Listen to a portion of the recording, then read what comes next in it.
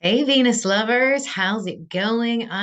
This is Dr. Danny. I'm here to bring you the Venus transits through Cancer. This is basically going to last from June 30th until June 21st. On the 22nd of June, Venus enters the constellation of Leo. I'm going to dive deep into all of that. But first, what we're going to do is I'm going to talk a little bit about Venus, about why we like Venus, why we want to follow Venus, and also why we want to follow 13 sign true sidereal astrology. We actually use the real constellations in the type of astrology that I'm reading. So we'll talk about that. We will talk about we'll review where Venus has been. She's been through Taurus. She's also been through Gemini, and now she's entering into Cancer. So we're also going to watch the moon this month, guys.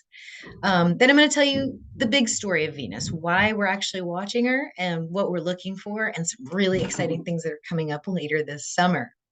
I'm going to go a little bit into the celestial mechanics of Venus. I think it's really important as an astrologer to also understand astronomy and the way the planets move. Where are they in the solar system, in the bigger picture? And what does that mean for us humans down here on Earth? And then we're going to go ahead and dive deep into the Cancer transits. Okay. And then I just have a couple of announcements for you at the end. So let's get going. Sorry, there's some work going on outside. Yes, this house is constantly under some sort of construction. I just think it's my lot in life right now. All right, so let's talk a little bit about Venus. Venus is all about the divine feminine energy. She is literally the luminary in the sky that encompasses mostly all of the divine feminine. The moon takes some of the mother role, but Venus can also be very motherly as well. So we look to Venus for our divine feminine energy. Now, divine feminine and sacred masculine, I did a live event last weekend on Sunday night. I did put a recording of it. Sorry, the sound's real echoey. Zoom tends to do that to me whenever I'm on a call. I'm still trying to figure it out. But at any rate, even if the sound's weird, the content's really good. I really highly recommend that y'all check out the last video I did because I dive deep into the masculine and the feminine. I also dive deep into some astrology and elements. And then we go over some of the transits that we're going to talk about today as well. And Venus is a luminary that attains enlightenment through experience of the senses. So feeling, tasting, touching, smelling, hearing. So music, sunshine, nature, all of those things. She's also about harmony, balance, and love. So Venus embodies all this energy. And the reason we watch her is because I'm of the opinion that the feminine the feminine energy in our collective is deeply, deeply wounded. She's in pain, and it's not any one person's fault. These are generational wounds that have been passed down mother to daughter, mother to daughter, mother to daughter over time. And my feeling is if we follow this Venus energy, we may tap into some power, men and women, to this creative force where we can live our best life in our creative energy. So Venus has spent most of April in the constellation of Taurus. She started that transit on April 5th and ended that May 5th. She went into that constellation, to gather her resources, to get her strength back, to find out what she values, to say, yes, I want this. No, I don't want that. She was conjunct with Alcyone of the Pleiades. So she basically got these divine orders, these divine protection in order to begin her trip around the zodiac and back to Taurus. So then she transited into Gemini, which is ruled by Mercury. And Mercury attains enlightenment through the acquisition of knowledge because Mercury just wants to know the truth, wants to receive truth, transmit truth. Very busy, very active planet, which just went direct a couple weekends ago. So during this time, it was basically about how was Venus going to embody the information that she was getting? Because for Venus, it's not just, oh, read a book and that's it. She's got to feel the download, right? And then differentiate that download from that inner voice, that ego voice. So for me, that's what my Venus energy, my divine feminine worked on through the transits in Gemini. And now we're going into Cancer, and Cancer is ruled by the moon. So Cancer, this energy attains enlightenment through emotional maturity and compassionate recognition of the self in others. Wow. So, what does that mean? So, we have this reflective body, the moon, very watery energy, very cool energy, quick moving like fire and air, but much slower, faster than Earth for sure. But having that energy, trying to decide, am I going to get triggered or am I going to have compassion for that other person because I can see myself in that person. I can see myself acting the way that they have. And so we're going to really watch the moon. We do watch the moon in all of these transits, but we're really going to watch it this time. And the moon and Venus are very, very, very busy. So let's talk about what Venus in Cancer actually means. So now that we know that Cancer is about compassionate recognition of the self in others, how does Venus sensualize compassionate love? How does she do that? She feels that through her heart, right? So if you can dig down deep inside your heart, if you're heart guided, this is a great time for Venus energy because anything that she looks into her heart to guide her is going to be very successful. So there's also some Mars energy going on this month that's amazing too, and it really does feel like a love story, but it doesn't have to be. So if you're not attached to anyone, or if you're already happily attached, this may be more about a creative process for you. It may be a creation and a passion. So creation of will of creation. Um, Venus actually will um, begin a 40-day long conjunction with Mars later this month. And I see this as unification and purification of the divine feminine and sacred masculine energy in all of us. So I'm going to share my screen now because I want to talk to you about the big story of Venus. And it helps if we're actually looking at a chart. So we're going to minimize that. We're going to go to Prometheus. You guys should get this software. This is very, very important. We're going to go back a couple of months. And I know I harp on this in every video, but some of you haven't seen the other ones. And I really want you all to understand why we're watching, why this is so amazing. So right around here, Venus was at a superior conjunction with the sun. So in other words, it was Earth, Sun, Venus. Okay. That's the order of things. The sun was very much in front of our view of Venus. This happened right at the end of Virgo and right on the cusp of Virgo and Libra. So over the course of the next several months, from last October to now, Venus has successfully overcome Pluto, right here, the Sun, Saturn, Neptune, Jupiter, Chiron, Uranus. So she's right here, and she's hot on the tail of Mars. Mars actually waited in Taurus for about 6 months and then exited Taurus, and Venus showed up. They shared Gemini for about 6 days, and now she is in Cancer with Mars, and their conjunction will begin, and we'll talk about that with the transits. So what's really interesting about this conjunction, though, is that she never actually catches up to Mars. So we're focusing down here now. So what's going to happen is she's going to station retrograde on the 22nd of July. She's going to slow down first, so she's going to lose Mars a little bit, right as she conjuncts the star Regulus. So we're going to go all into that when we have Leo part 1 of the Venus transits. We're going to go into that next month. But as this happens, she stations retrograde the same time Chiron stations retrograde, and she goes backwards for a little while. She will finally catch up to Mars, not this year, friends, not even the beginning of next year. It's going to be right here at the very end of May.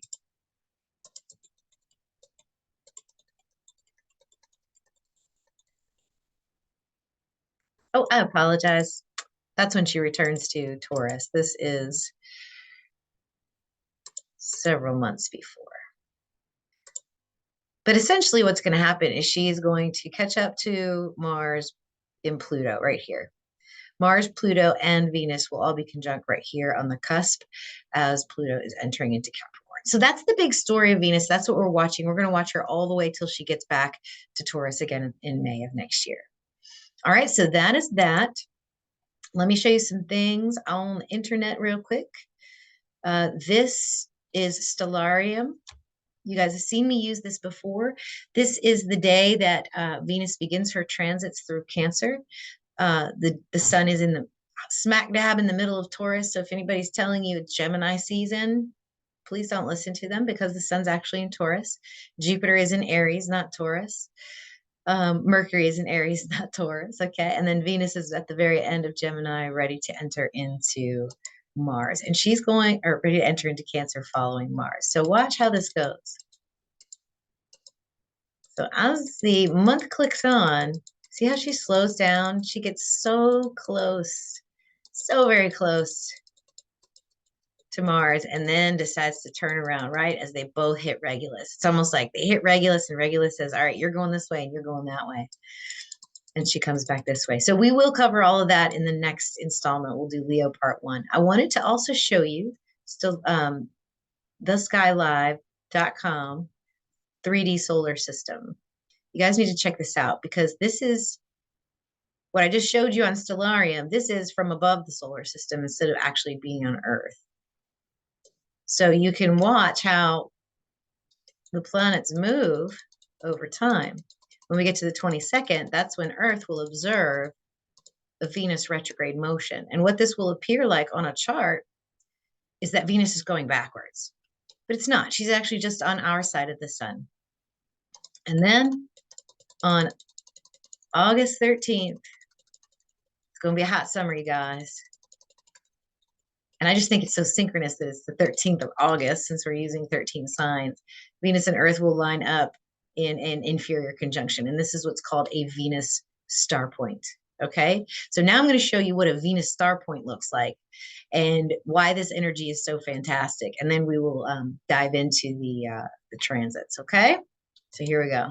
Watch this. That was a superior conjunction.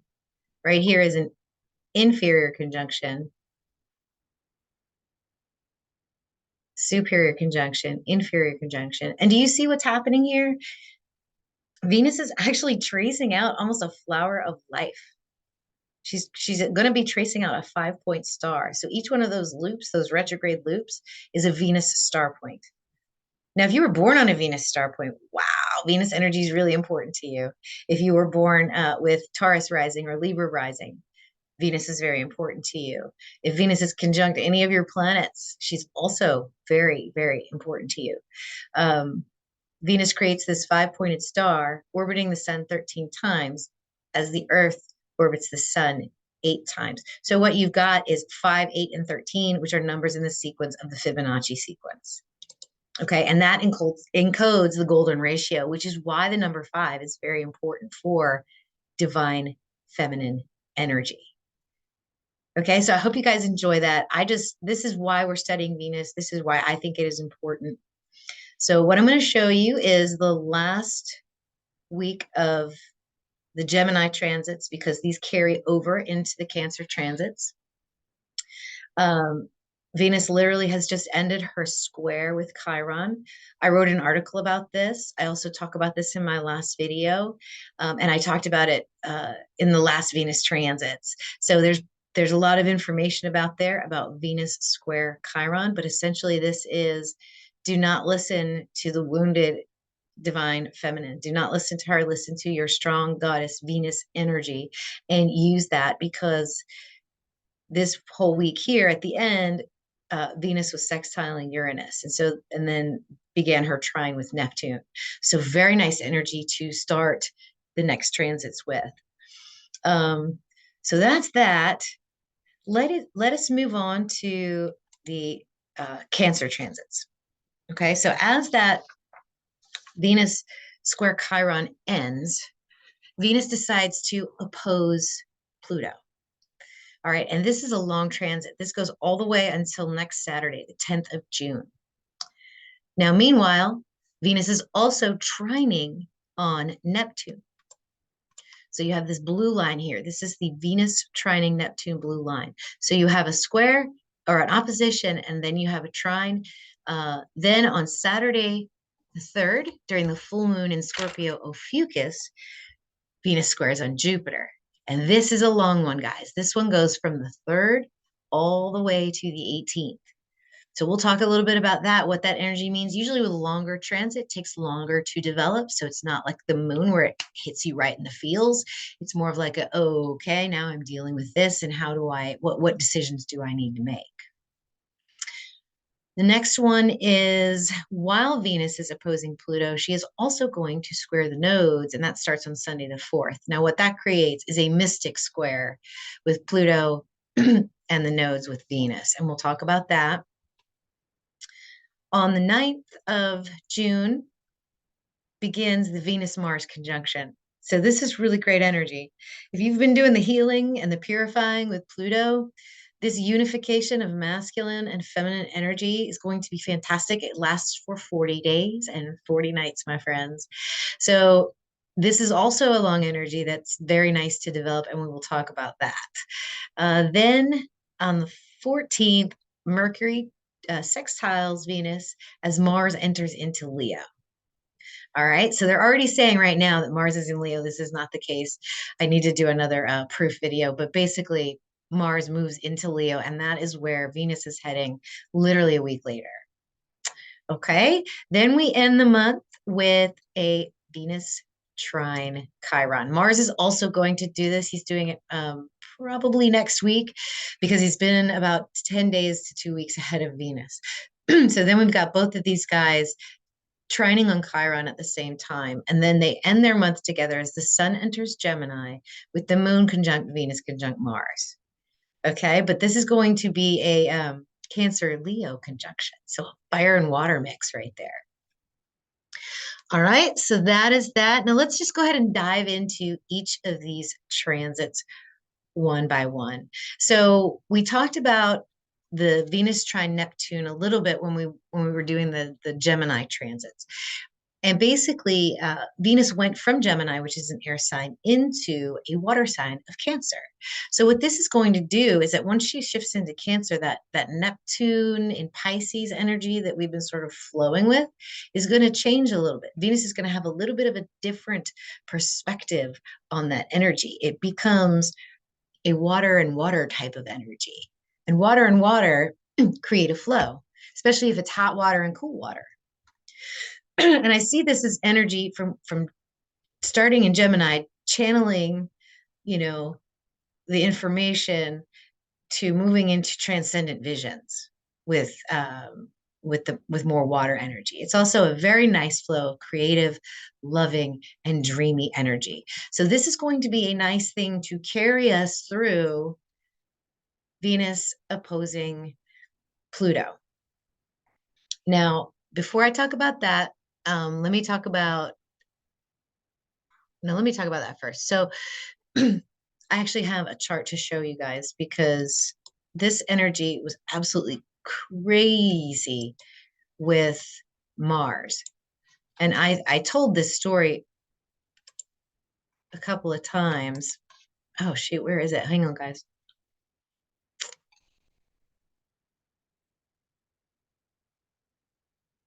Oh, it's probably here. Yes. Okay. So this is going to be, let me get my little pencil too, because I want to get into this. We'll see how this day goes because when Mars was here, where Venus was a very powerfully purifying time for me. I got a download about the elements, which created that last video.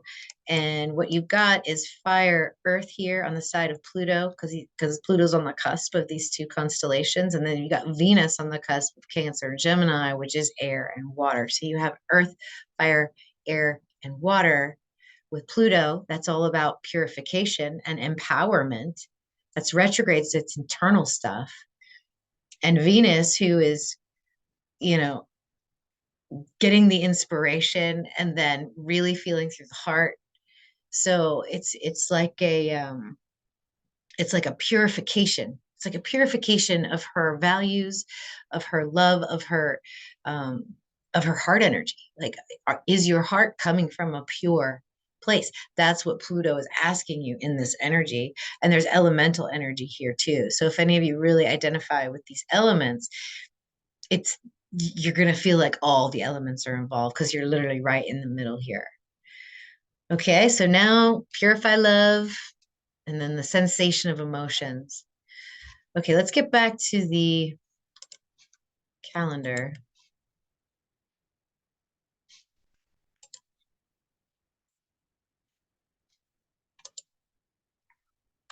So this is that energy right here. And this is the one that goes all the way until next Saturday. On Wednesday, the 31st, we've got a moon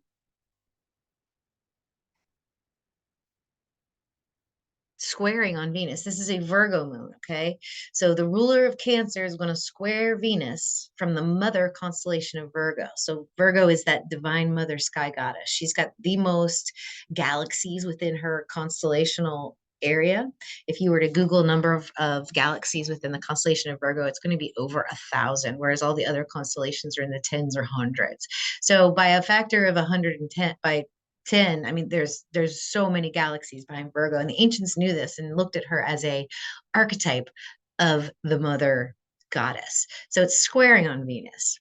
And whenever like the moon and Neptune are involved in Venus, I always feel like you've got that triple goddess energy, right? You've got the young, you've got the maiden, the mother, and the crone, where Neptune's the crone and Venus is the maiden. So it's like the mother energy squaring on Venus in Cancer. So it's like this would be a great time to kind of keep your words and your thoughts. Like if I was thinking of a mother talking to her daughter, don't this is where you don't speak.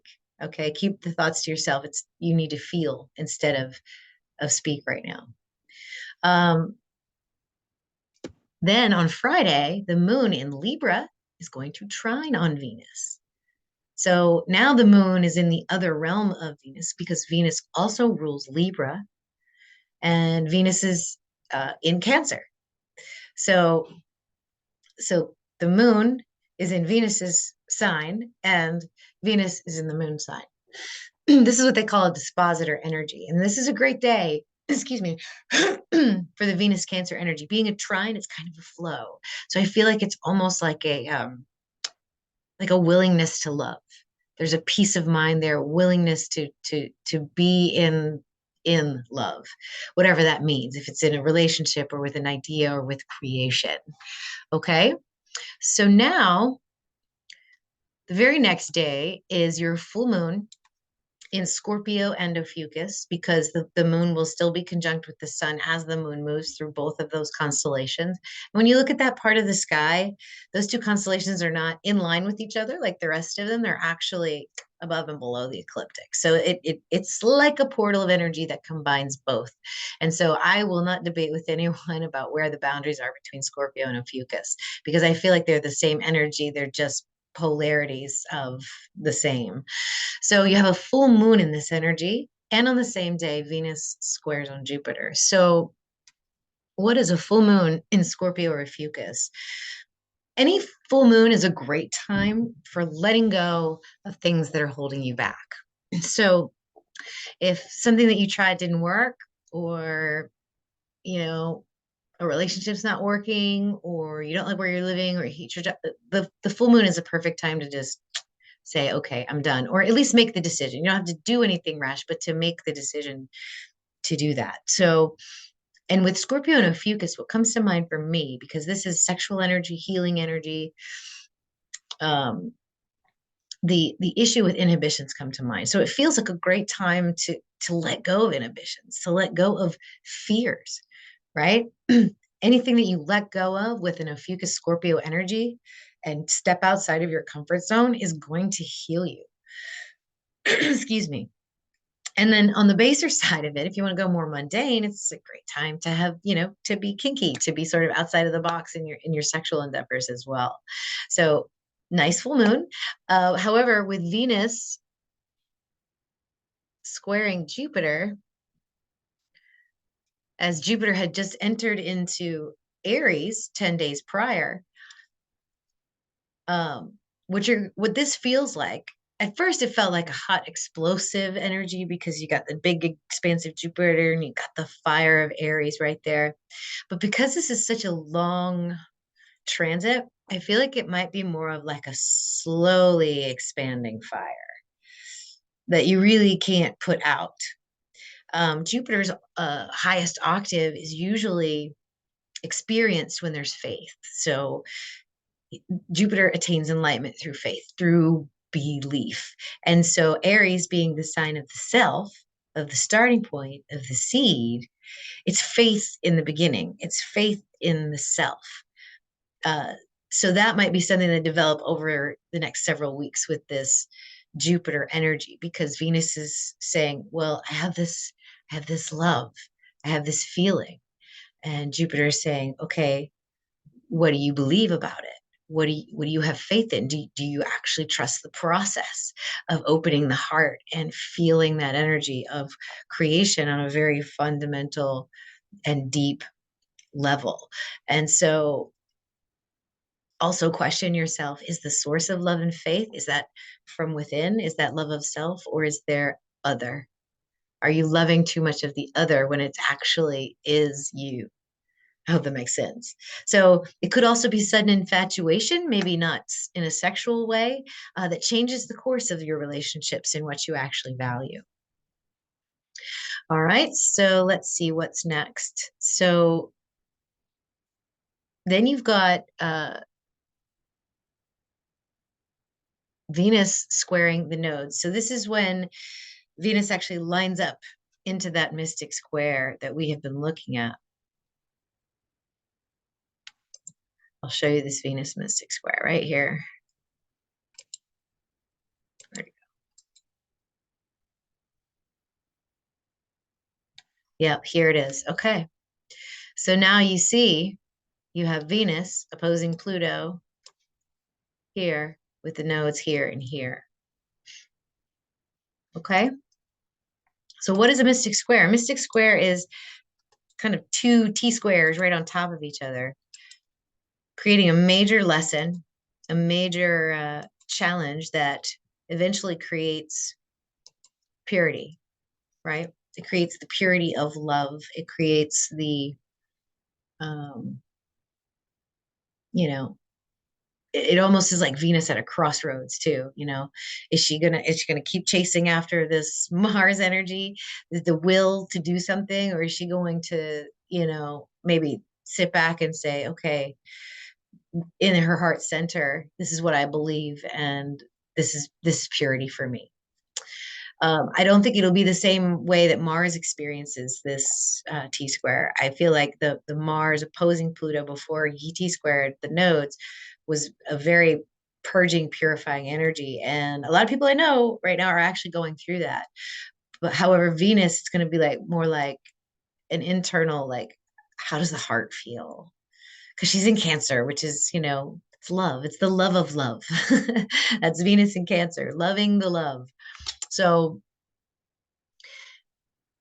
it's a little bit of a different energy than what Mars went through, and perhaps him paving the way makes it an easier time for Venus. So let's get back to that calendar because I want to talk about. Yep. Okay. So that's that. The next moon action will be a moon conjunct Pluto. So during this whole thing, you know, while you have this T square where Pluto's on one side, Venus is on the other side, then you have the nodes. Here comes the moon to help the Pluto out a little bit. So this feels like a balance of the purity and the love, the love of self versus the reflection of self. Right. So let's say you're infatuated with someone. What is it about them that you're infatuated? Is it because they're flashy? Is it because they're funny? Is it because they're beautiful? What if I told you that what you like or what you love or what you're infatuated with about that person is actually what you love about yourself? Ooh, that's it. Okay, that's what it is. That's what this moon is going to show us right there. And so hopefully that comes down to you guys when you on the 7th of Wednesday. Man, Venus is so busy these couple of weeks, it's actually hard to follow it. So you still have the tail end of Venus trine Neptune.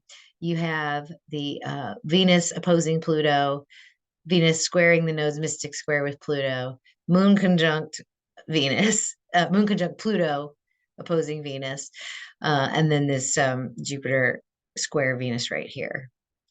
Okay, and then on the 9th, Friday the 9th, on Venus Day, Venus conjuncts with Mars, and that's within 7 to 10 degrees on the natal chart. So that's why it's such a long transit. And also because Venus is slowing down, like I showed you. So she appears to be kind of being almost the same speed as Mars for a little while. And so this is going to be a great time. It's going to extend into Leo. So it's going to go from watery, cool and watery to warm and fiery.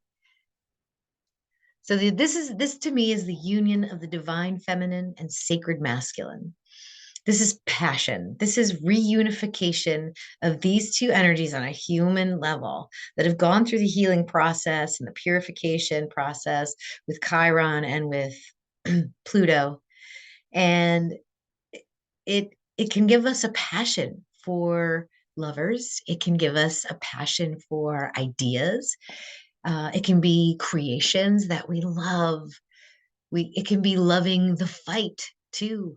It can be the will of love.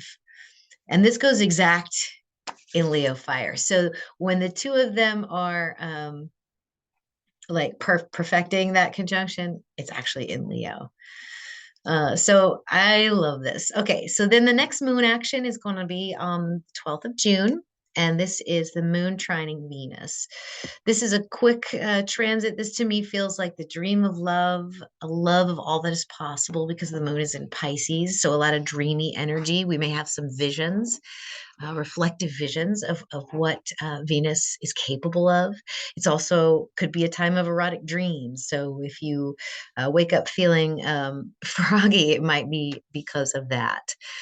On the 14th of June, we have the moon in Aries squaring on Venus. We have Mars entering Leo, and then we have Mercury in Taurus sextiling Venus in Cancer. So the moon square Venus on the 14th in Aries, this feels to me like frustration in the feelings of solitude, like disconnected from the purpose, disconnected from faith. Or it could be faith causing, so whatever your purpose in faith is, maybe causing you frustration and anger because it's asking you to change what you're doing. This is a quick transit too, but it may set you up and it may affect you with this Venus square Jupiter energy. So to have the moon kind of kick you in the pants a little bit at the same time can feel frustrating. So there might be some frustration. So erotic dreams, frustration. The moon messes with us, guys. So if you're aware of where the moon is, you can opt to actually sit out of some of these energies. You know, if you feel like some of that energy is coming at you, you can just withdraw. You don't necessarily have to play with it. Mars is going to enter Leo. So this is when the fire and the will of Mars gets boosted by the playful, romantic, heart-filled energy of the constellation of Leo, the kingly lion, where the star Regulus resides. And they're conjunct. Then on Friday the 16th, the moon in Taurus sextiles Venus. This feels like a very grounded, feeling good in the earth, and it's an opportunity to feel grounded in the loving earth, in the energy of earth. So that's a nice Friday. And then a nice little treat for us that I didn't realize till just the other day is that Saturn is going to station retrograde on the 18th and will be retrograde until September 3rd. So we're heading into retrograde season where all those planets that were in Pisces, Aries section of the sky are going to begin to start stationing retrograde. It is also the second new moon in Taurus and the end of the Venus square Jupiter transit. Things are going to get a little better here. after this. This is a very busy, very healing, very transformative several weeks and months for Venus. And then I think after this new moon, things are going to be very, very different for the Venus energy. She's gone through a healing and a purification journey following in the footsteps of Mars. And for those two planets to actually be conjunct here, right at the very end, right as Venus enters into Leo, it's so synchronous. It just makes me want to cry. So a second new moon in Taurus. That first new moon was actually when Venus was conjunct Sirius in Gemini, shortly after she began her square to Chiron. So we set intentions for healing. And then the next full moon was letting go of inhibitions right over here in Scorpio Ophiuchus. So now we're at another new moon in the same sign that we can set intentions for the unification and the purification of these two very basic, very fundamental energies, the unified polarity of the divine feminine and the sacred masculine. So this is a time to reset, purify the intentions, and heal. And then what happens the very next day is Venus trining on Chiron in Pisces. So I wrote a little bit of this. So I'm just going to read this because sometimes I write and sometimes I think. So this is an important time for you to attract the love and abundance that will help you overcome wounds and traumas. So the past insecurities that were related to self-worth and your intrinsic values have been brought to the forefront, and you have the unique opportunity to thrive and to turn those pains into lessons that help you express love for others. Current relationships are going to be strengthened. You're going to be given an opportunity to transform losses and feelings of inadequacy because of the love and the validation you feel through the unification that is coming. So compassion, affection, and romance are all a big part of all of this. And so they may also help you heal. This is also a very long transit. It goes from 619 all the way to 79. So we're going to have a lot of nice energy when we go into Leo in the next few weeks. So then the sun enters Gemini on the 20th. So the highest expression of the sun is our highest expression of spiritual energy. Gemini is a gateway. It's transmitting the truth. It's where we're programmed as young people in how we should act and how we should behave. And so the sun is going to transit through all the work that Mars and Venus have done through Gemini.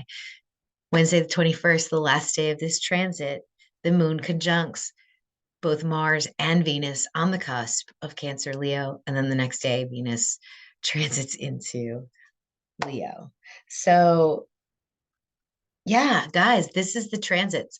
Let me unshare my screen. I'm going to do a few more announcements with you. And we'll wrap it up. Okay.